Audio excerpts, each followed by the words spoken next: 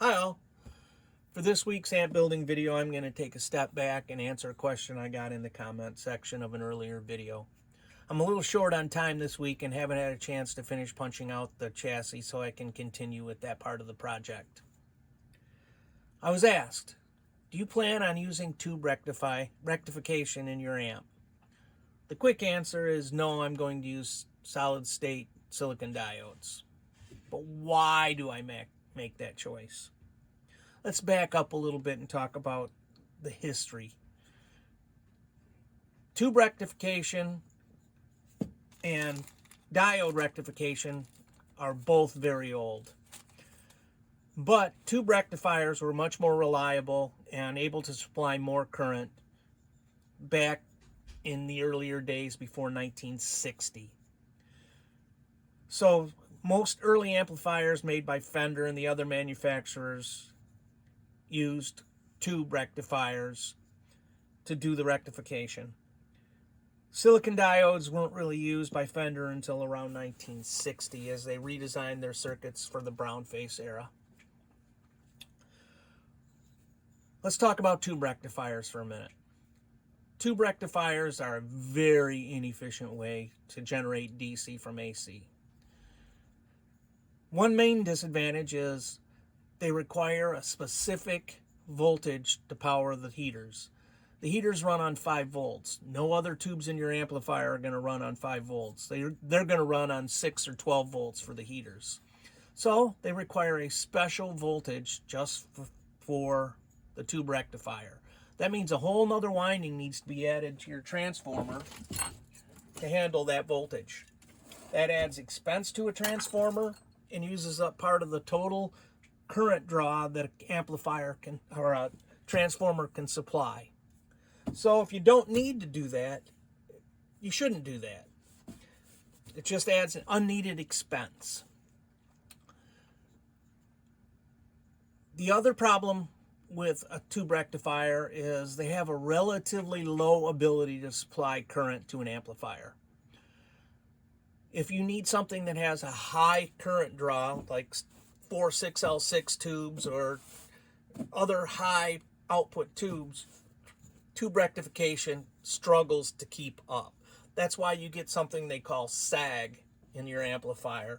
It's when you hit a note, you'll notice the volume drops off because your power tubes have sucked up all the juice and need to be recharged, and it doesn't recover until more power can come in through the rectifier into your smoothing capacitors. It gives you that ba-wow kind of sound with your amplifier. Now, that's the sound of the 1960s. I mean, all of your Marshall amplifiers use that kind of, the early Marshall amplifiers used that kind of rectification and gave you that sound. But modern music doesn't really use that anymore, and it just kind of gets in the way. Most people would rather have a much stiffer power supply that can deliver all the current right when it needs it. Not that they can't do something about that, but it just adds more expense. For example, Mesa Boogies with their dual rectifier and triple rectifier actually use 2 or 3 rectifier tubes to supply that much current. But these tubes are really expensive. They can be anywhere from, $30 to $50 depending on the rectifier that your amp uses. So tube rectifiers don't offer very much benefit for all the things going on around them to use them. Why do you choose to use one of these over a silicon diode? Probably the number one reason to choose a tube rectification is you're trying to recreate an existing amp. You're trying to make a copy of a 5E3 Deluxe or a Fender Bassman or an early Marshall Plexi or something that came with tube rectification. Another reason to do it is you want that sag. If you're designing an amp that has it to get that sound, tube rectification is a possibility. Although these days you can replicate the sag without having to go to a tube. It may never be exactly the same, but it'll sound close enough.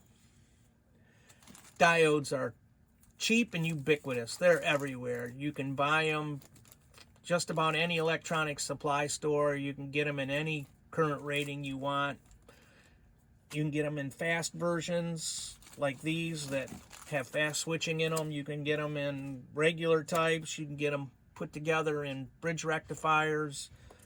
They're everywhere and easy to use. They take up hardly any space. If you stack them back to back, you can put two back to back and end up with security in case one fails. The other one can take over and still handle the rectification duties. Another reason to select silicon diodes is there's very little voltage drop across them.